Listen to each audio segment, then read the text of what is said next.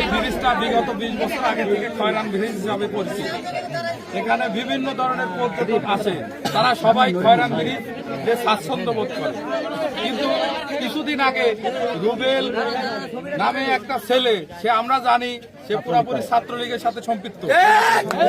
ছাত্রলীগের কেন্দ্রীয় যে নেতাকর্মী আছে, তারা তাদের ছাত্রলীগের কিছু দুষ্কৃতিকার লোক দিয়ে এখানে উস্কানিমূলক এবং বিশৃঙ্খলা সৃষ্টি করার জন্য কতিপয় কয়েকটা লোককে সেট করে রাখছে।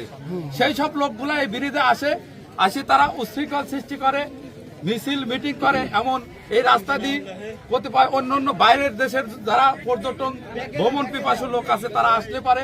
তারা ওই ভিডিও করার সময় বলে যে এটা খয়রান ব্রিজে আসছি। সেই সময় এর আগে এরকম রেকর্ড আছে, তাদের মারধর পর্যন্ত করছে। এটা খয়রান ব্রিজ না, এটা রাইসিবিল ব্রিজ বল।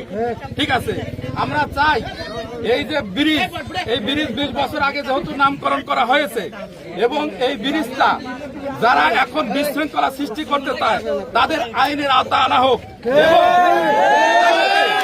যে দাবিতে তারা এই ব্রিজের নাম পরিবর্তন করতে চায় সেটা হচ্ছে মৌজা।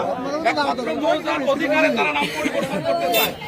আমার জানা মতে এখানে 2টি সিট আছে। একটা সিটে 80% জমি আমাদের খয়রান গ্রামের, আর একটা সিটে 660 বিঘি জমি আছে। সেই সিটে মাত্র 60 বিঘি জমি রাইসে মিলে, আর 600 বিঘি সম্পত্তি আমাদের। তারা যদি ব্রিজ পরিবর্তন করতে পারে, আমরা আমাদের দাবি, আমরা মৌজা পরিবর্তন করব। আমাদের আমাদের দাবি একটাই, আমরা বিশৃঙ্খলা চাই না, আমরা আইনের মাধ্যমে মৌজা পরিবর্তন